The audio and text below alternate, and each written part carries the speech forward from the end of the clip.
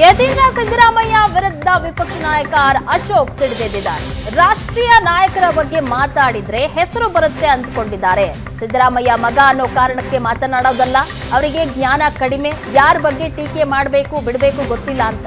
ಮೈಸೂರಿನ ರಾಜಕಾರಣದ ಬಗ್ಗೆ ಮಾತನಾಡಿದ್ರೆ ಕೂಡಲೇ ಪ್ರತಿಕ್ರಿಯೆ ಕೊಡ್ತಾರೆ. ಮುಂದೆ ಇವರಿಗೂ ಜೈಲು ಗತಿಯಾಗಬಹುದು ಅಂತ ಅಶೋಕ್ ಟಾಂಗ್ ಕೊಟ್ಟಿದ್ದಾರೆ.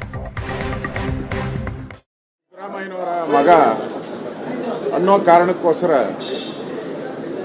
ಯತೀಂದ್ರ ಅವರು ರಾಷ್ಟ್ರ ನಾಯಕರ ಬಗ್ಗೆ ಮಾತಾಡಿಬಿಟ್ರೆ ನಾನು ದೊಡ್ಡ ವ್ಯಕ್ತಿ ಆಗೋತೀನಿ, ನನಗೆ ಭಾಳ ಬೆಲೆ ಬರುತ್ತೆ ದೊಡ್ಡ ವ್ಯಕ್ತಿಗಳನ್ನ ಟೀಕೆ ಮಾಡಿದ್ರೆ ಅಂತ ಒಂದು ರೀತಿ ಉಚ್ಚಾಪಟ್ಟೆ, ಹತಾಶ ಮನೋಭಾವ, ಬುದ್ಧಿಭ್ರಮಣೆ, ಇಮ್ಮೆಚುರಿಟಿ, ಅಂದರೆ ಅವ್ರಿಗೆ ಜ್ಞಾನ ಕಡಿಮೆ, ಯಾರ ಬಗ್ಗೆ ಮಾತಾಡಬೇಕು ಯಾರ ಬಗ್ಗೆ ನಾನು ಟೀಕೆ ಮಾಡ್ಬೋದು ಅಂತ ಆ ಲೆವೆಲ್ಲೂ ಇಲ್ಲದಂಥ ವ್ಯಕ್ತಿಯವರು. ಅಮಿತ್ ಶಾ ಈ ದೇಶದ ಗೃಹ ಸಚಿವರಾಗಿ ಕೆಲಸ ಮಾಡ್ತಾ ಇರೋರು. ಮೈಸೂರಿನ ರಾಜಕಾರಣದ ಬಗ್ಗೆ ಅಲ್ಲಿ ಟೀಕೆ ಮಾಡೋಕ್ಕೆ ಇವ್ರಿಗೆ ಯೋಗ್ಯತೆ ಇಲ್ಲ.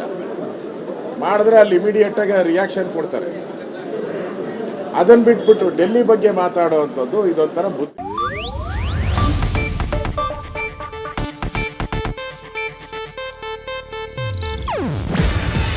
ಇದು ಏಷ್ಯಾನೆಟ್ ನ್ಯೂಸ್ ನೆಟ್ವರ್ಕ್ ಪ್ರಸ್ತುತಿ. ನೀವು ನೋಡ್ತಿದ್ದೀರಾ ಏಷ್ಯಾನೆಟ್ ಸುವರ್ಣ ನ್ಯೂಸ್.